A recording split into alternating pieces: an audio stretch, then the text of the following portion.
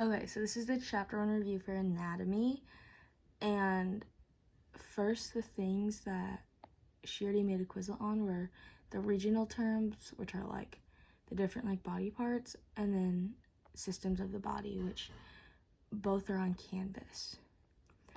Basically, one of the things I had written in my notes that would be a test question is what anatomical position is, which is just like this picture of this guy. It means he's upright, feet slightly apart, hands at side, and palms forward. And then these three are different body planes, so ways you can cut his body. So sagittal is how you can divide it sideways.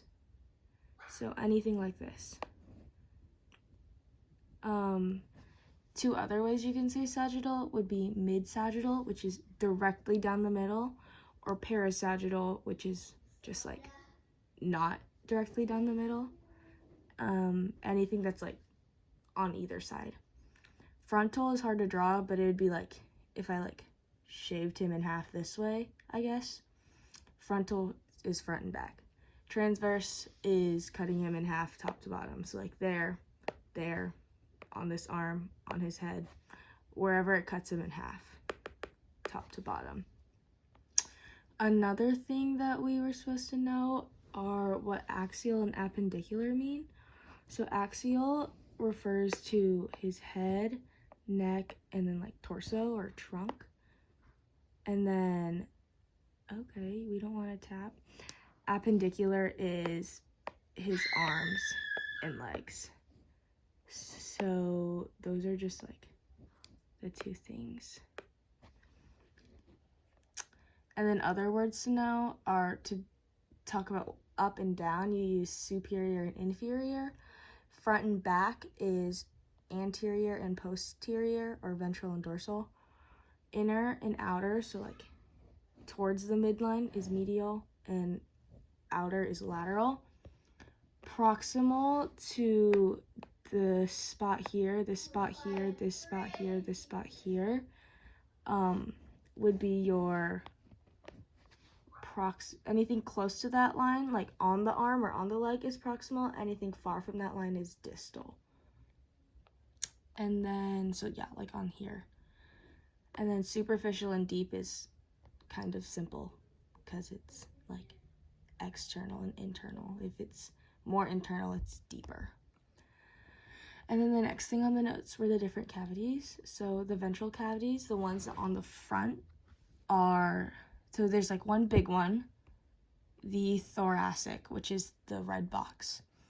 And then inside that is the pleural, which is the blue, which includes the lungs. The pericardial, which is the pink, which is like the heart. And then superior mediastinum, which is the green one, which since it's superior, that means up, which is why it's above the other two. And then also on the ventral side, there's the abdominal and the pelvic. The abdominal has basically any organ, like most of the organs, especially like the obvious ones like the stomach and stuff. And then dorsal only has two, and it's cranial and vertebral. So cranial meaning brain and vertebral meaning his vertebrae, his spine. And then the 4 different membranes that are in the notes are cutaneous. That just refers to the skin, and the way I remember it is you can get a cut on your skin. Mucosa is for organs that are open to the outside, and serosa are for organs that are closed from the outside. So in the game we played, one of the things was like the intestines. Even though like I can't like touch the intestines from my outside, they're connected to the mouth and the anus, which are exposed to like the outside, which is why those would be lined with mucosa. And then meninges line the dorsal cavity, so your brain and your vertebral. And then the next section we learned was homeostasis, which is the tendency of the body to maintain a stable, balanced internal environment. And these were the 10 necessary life functions: support and motion, control and coordination, growth, digestion, reproduction, respiration, absorption, circulation, assimilation, and excretion, most of which are pretty self-explanatory, except for these 3 that I talked with her about. So assimilation is like specifically when something completely changes chemically. So like, yeah, so like you're making something completely new. Whereas absorption and circulation are like related. So like in this diagram, whatever is over here has to be absorbed into the circulatory system. And while it's in this system, it's in circulation. And once it wants to leave to like wherever it's supposed to go, it's going to get absorbed by that cell. So it would go absorption, circulation, absorption. Okay, and then for the 5 bodily needs, these are food, water, oxygen, heat, and pressure. Don't ask me what those mean because I was really confused on the review. Anyways, moving on. Negative feedback loop. So basically, we have a set point. This is like you're like at your temperature you're supposed to be at, the way things are supposed to be.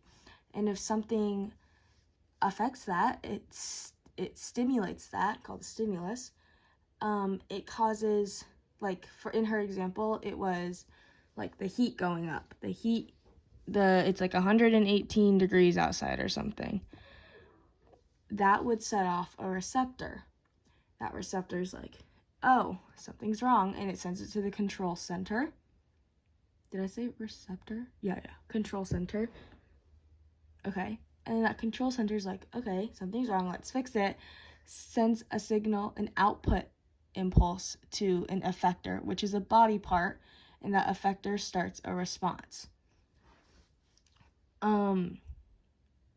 That's basically the loop that we learned about. When she asked, what are the receptors? Usually the answer is chemoreceptors, because we've only learned about 3. And she said that we wouldn't be learning about pain receptors until next unit, I think. So if it's asking what is the receptor, unless it like explicitly says something other than chemoreceptor, it's probably that, unless it's about body temp, and then it would be a thermoreceptor. The control center is almost always the brain, and just remember that an effector is always a body part. So effector and response go hand in hand, but effector is always a body part. And then the reason it's called a negative feedback loop is because as the effectors are creating that response and getting back to the set point, they're slowing down and they're doing less work. Whereas in the positive feedback loop, they're doing more work. Whoa, that was weird. That's weird.